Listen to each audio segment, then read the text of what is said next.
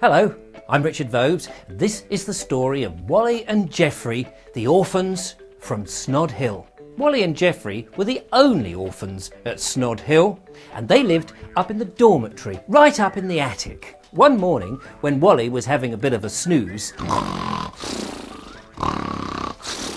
Jeffery was peering out of the window, a tiny little window looking down on the front of the orphanage building. Oh, here, Wally.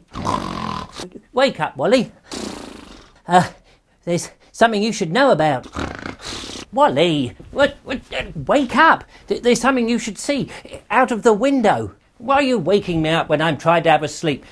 We've got another 15 minutes and then it'll be breakfast. There's a car outside. A car? Yes, Wally, it's a car. What kind of a car? Oh, a big car. What colour is it?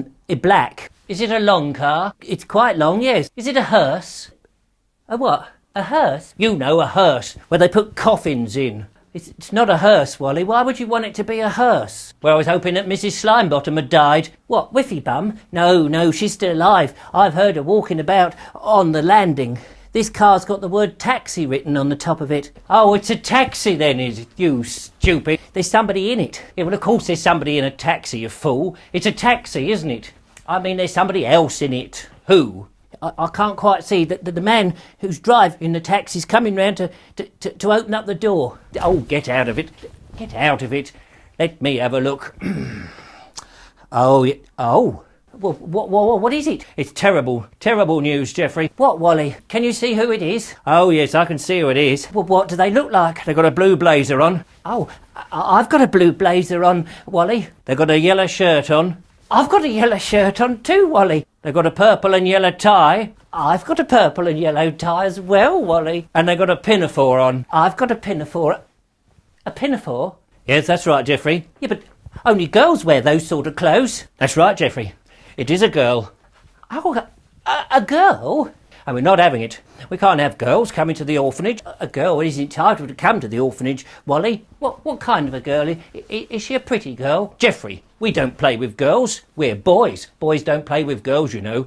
Anyway, we can't have her coming in here, mucking up the whole place. Why would she muck up the whole place? Well, she's a girl, isn't she? She's not coming in this dormitory. Well, no, I expect she'll have her own dormitory.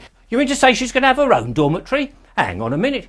I haven't got my own dormitory. I've had to put up sharing with you. Yeah, well, I'm your brother, Wally. That's no excuse. No, it's no good. We'll have to tell her. Wally, I haven't seen her. Maybe if we went out into the hallway, I could have a look at her. So they went out onto the landing and they sneaked to the top of the stairs that overlooked the hall. In order to get down, they had to go down the creaky stairs. Oh, will you be quiet, Jeffery? I'm sorry, Wally. Look, shush. Wally peered through the banister. Whiffy Bum is talking to her now. Oh, dear. They're coming up. Quick, back, Jeffery. Back. Where shall we go? So they quickly ran back to their dormitory and they hid behind the door and peeked out. Mrs Slimebottom, the matron, led the little girl up the landing and to another dormitory just along from Wally and Jeffery's. She's going in that other room, Jeffery. Yes, I can see that, thank you. Oh. Having seen to the little girl, Mrs Slimebottom came back along the landing and spotted the two boys peering from their dormitory. Jeffery? Wally? Yes, Mrs Slimebottom. We have a new girl staying with us at the orphanage. You are to welcome her in and make her one of the family. Oh, yes. Well, yes, of course, Mrs Slimebottom, but we'll make her very welcome. Good. Right, you've got about 5 minutes and then it's breakfast. So slip-slap, get yourself changed. And off Mrs Slimebottom went. Wally, you heard what Mrs Slimebottom said. What about? About welcoming the new girl in. I heard, thank you. Well, we'd better welcome her then. This is terrible. This new girl has upset the whole apple cart. I'm not having her coming in here. After all, I'm the head boy. Everyone has to do what I say. Yeah, but it's only me, isn't it? And I have to do what you say. Exactly. Maybe we should tell this new girl that I am the head boy and that she can't muscle in on all our stuff. In fact, that's what we'll do, Jeffery. We'll go straight to her dormitory right now and we'll bang on that door and we'll tell her. Righto, good. Off you go then. What? Off you go. Go and tell her. Tell her that she can't muscle in and that I'm the head boy and she's not having any power or anything. Why do I have to tell her? Get over there and just tell her. Oh. So Jeffrey scuttled along the landing, nervously approached the door. Shall I knock on the door? Get on with it. Yeah. Knock. Knock! Jeffrey knocked very timidly on the door. Knock, knock, knock. Nobody answered. So he ran all the way back, and Jeffrey was very annoyed. Jeffrey, what are you doing back here, Jeffrey? Nobody's there. She's not answering the door. Back there and knock again. Knock again? So Jeffrey scuttled all the way back and had another go. He knocked on the door, and after a few moments, it opened. And there, a timid-looking girl, who was slightly nervous about being at Snod Hill, looked out at Jeffrey. Jeffrey looked at her. She was very pretty.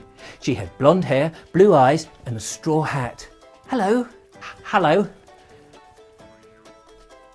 Goodbye. And with that, Jeffrey went running back. Get back there and tell her what I told you. What about being the head boy and all this? Deirdre was still waiting at the door. Hello. Hello. I'm Jeffrey. Jeffery Bonehead. Oh, hello, Jeffrey Bonehead. My name's Deirdre Dimple. Deirdre what? Pimple? No, Dimple. Wimple? No, Dimple. Oh, that's simple. I mean, to remember. Dimple. Deirdre Dimple. Yeah, I got it. Hello. Is that your brother? Who? Oh, him? Yeah.